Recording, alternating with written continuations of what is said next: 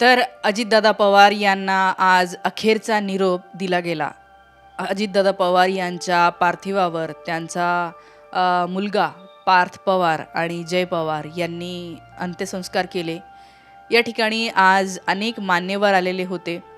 गृहमंत्री अमित शहा, आपले मुख्यमंत्री देवेंद्र फडणवीस, त्याच्यानंतर भाजपचे अध्यक्ष, राष्ट्रीय अध्यक्ष नितीन नबीन आलेले होते. राष्ट्रवादीचे अजितदादा पवार यांच्या पक्षातले अनेक नेते आले होते. अनेकांना आपले अश्रू अनावर होत होते. या ठिकाणी अमोल मिटकरी यांचा व्हिडिओ खूप जास्त व्हायरल झाला आहे. याच्यामध्ये अमोल मिटकरी हे प्रचंड म्हणजे याच्यात होते आणि त्यांना काय बोलावं हे कळत नव्हतं आणि ते म्हटले की ही बातमी अजूनही खरी वाटत नाही आहे. त्यांनी किस्सा सांगितला की मी काहीही नव्हतो तेव्हासुद्धा अजितदादांनी मला मोठं केलं, तिकीट दिलं, मी आमदार झालो, घर बांधू शकलो अजितदादांमुळे. त्यांनी एक किस्सा सांगितला की अजितदादाला घराच्या वास्तूसाठी बोलवलं पण ते येऊ शकले नाही, घाईगडबडीत होते. तर म्हणाले की मी त्यांची चप्पल चोरून घेऊन गेलो की बाबा जेणेकरून अजितदादांचं काहीतरी आपल्या घराला लागलं आहे उद्घाटनाच्या दिवशी. अशा असंख्य आठवणी, हजारो लोकांचा जनसमुदाय या ठिकाणी आलेला होता. या ठिकाणी कुटुंबीय तिथे होते. त्याच्यानंतर वेगवेगळे नेते, त्याच्यापैकी काँग्रेसचे जे आजचे महाराष्ट्राचे अध्यक्ष आहेत हर्षवर्धन सपकाळ आलेले होते. त्याच्यानंतर अभिजित कदम आलेले होते भारतीय विद्यापीठाचे. काँग्रेसचे जे नेते आहेत, त्याच्यानंतर माणिकराव ठाकरे काँग्रेसचे नेते विदर्भातले आलेले होते. वेगवेगळ्या पक्षातले, सर्व पक्षातले लोक या ठिकाणी आलेले होते. सुप्रियाताई सुळे यांच्याबद्दल पण खूप चर्चा केली जाते आहे सोशल मीडियावर. तुम्ही बघितलं असेल तर त्यांच्या नातेवाईकांपैकी जे कोणते नातेवाईक सगळे येत होते त्या नातेवाईकांना प्रत्येक महिलेला घेऊन जाणं. अजितदादा पवार यांच्या सख्ख्या बहिणी पण होत्या, त्या प्रत्येक बहिणीला सुप्रियाताई घेऊन जाताना दिसत होत्या. अजित पवार यांच्या पत्नी सुमित्रा पवार यांना सुद्धा त्या घेऊन जात होत्या. प्रत्येक ठिकाणी त्यांची साथ, त्यांच्या खांद्यावर हात दिसत होता. या प्रत्येकाला त्यांनी प्रत्येक व्यक्तीला तिथे आणून ज्या पद्धतीने आपल्या फक्त कुटुंबियांनाच नाही तर त्या ठिकाणी लोकांना मॅनेज करणं, लोकांना सूचना देणं, पोलिसांना सूचना देणं, लोकांना विनंती करणं की कृपया शांतता राखा, थोडीशी मदत करा, खूप गर्दी करू नका, धक्काबुक्की होण्याच्या शक्यता असतात. या ठिकाणी अजितदादांचा मुलगा पार्थ पवार याने सुद्धा काल रात्री सगळ्या जमावाला सांगितलं की उद्या सकाळी आता सगळेजण इथे या, आता खूप गर्दी करू नका, कृपया साथ द्या, धक्काबुक्की करू नका.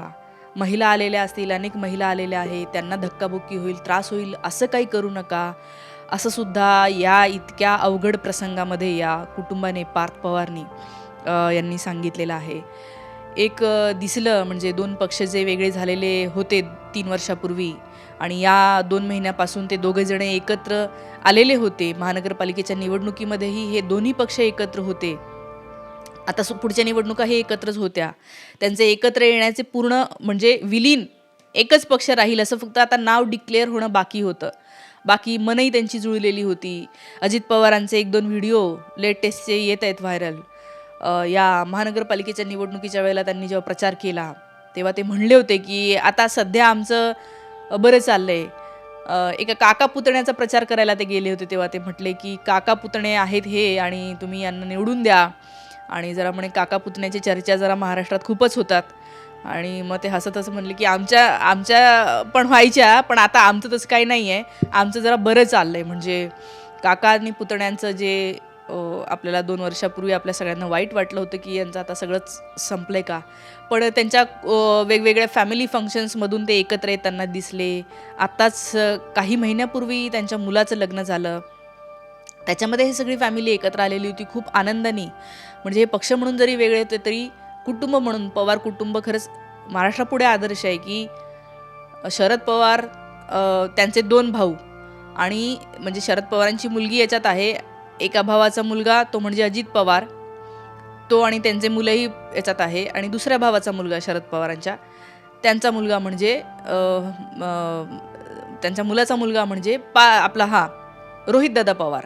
तर हे तिघही शरद पवारांचे जे 3 भावंड आहेत आणि त्या तिन्ही भावंडाच्या पुढच्या पिढ्या ह्या राजकारणात आहे.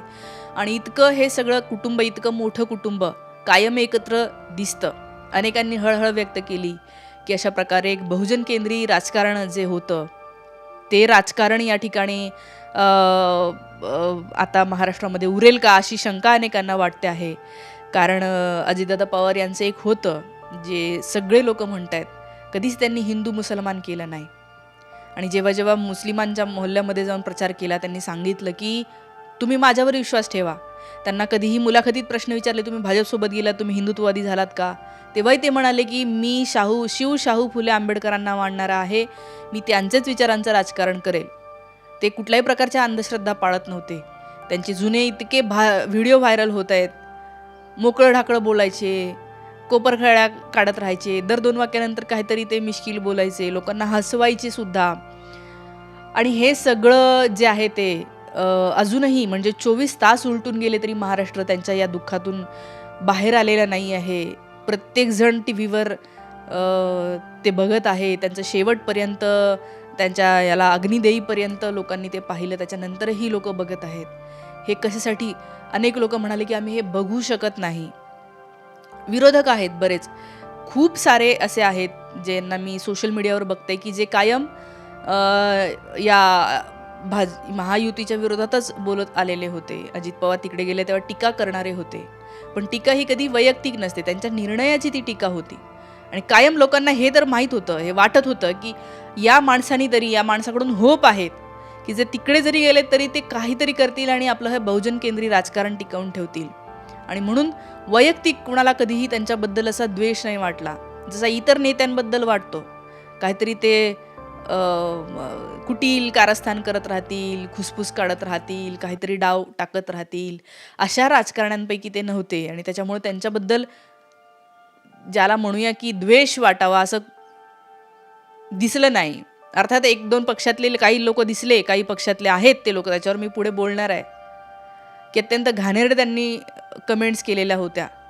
एकदा व्यक्ती गेल्याच्या नंतर तुम्ही निदान काही तास जाऊ द्या की त्यांच्याविषयी म्हणजे त्यांचं सगळं ॲनालिसिस करायच्या आधी काही तास तरी जाऊ द्या ना, नंतर करता येईल ते सगळं ॲनालिसिस. पण आज ज्या दुःखामधून त्यांची कुटुंब जात आहे, तर त्या व्यक्तीला टार्गेट करणं हे चुकीचं आहे. प्रश्न विचारले पाहिजे कुणाला? व्यवस्थेला, की हे विमान असं होतं, त्याचा हिस्ट्री होता, 2 वर्ष आधी ते बिघाड झालेला होता, त्याचा अजून पण रिपोर्ट आलेला नाही आहे की काय बिघाड कशामुळे झाला. तो जो पायलट होता त्याचा हिस्ट्री खराब होता, 2दा त्यांनी दारू पिऊन जे आहे ते त्याचं सगळं सस्पेंड केलं होतं त्याला 3 वर्षासाठी. अशा प्रकारचा तो पायलट होता कपूर नावाचा. किंवा ही शांभवी पाठक म्हणून जी होती वैमानिक, सहवैमानिक, ती ज्या ट्रेनिंग इन्स्टिट्यूटमधनं तिने ट्रेनिंग घेतलं, ती इन्स्टिट्यूट बंद पडली, ते पण फॉल्टी ट्रेनिंग होतं. हे सगळं जे काही दिसतंय, या व्यवस्थेवर प्रश्न विचारणं हे विचारायलाच पाहिजे, कारण ते चूप नसतं बसायचं. पण जे राजकारण केलं गेलं आणि शेवटी दिसलं की एवढी गर्दी, प्रचंड गर्दी, म्हणजे बारामतीमध्ये तर प्रत्येकजण हळहळतोय. मोठे मोठे नेते ढसाढसा रडले, नेत्यांच्या घरचे लोक ढसाढसा रडले, त्यांच्या पक्षात नसणारेही लोक रडत होते, विव्हळत होते. अनेकांना त्रास झाला. मला असं वाटतं की तुम्हाला सगळ्यांना झाला असेल. मला सुद्धा काल खूप असं वाटत होतं की काहीतरी हरवलंय, काहीच करू नये, एकदम निष्क्रिय, आता काय होणार, कसं होणार.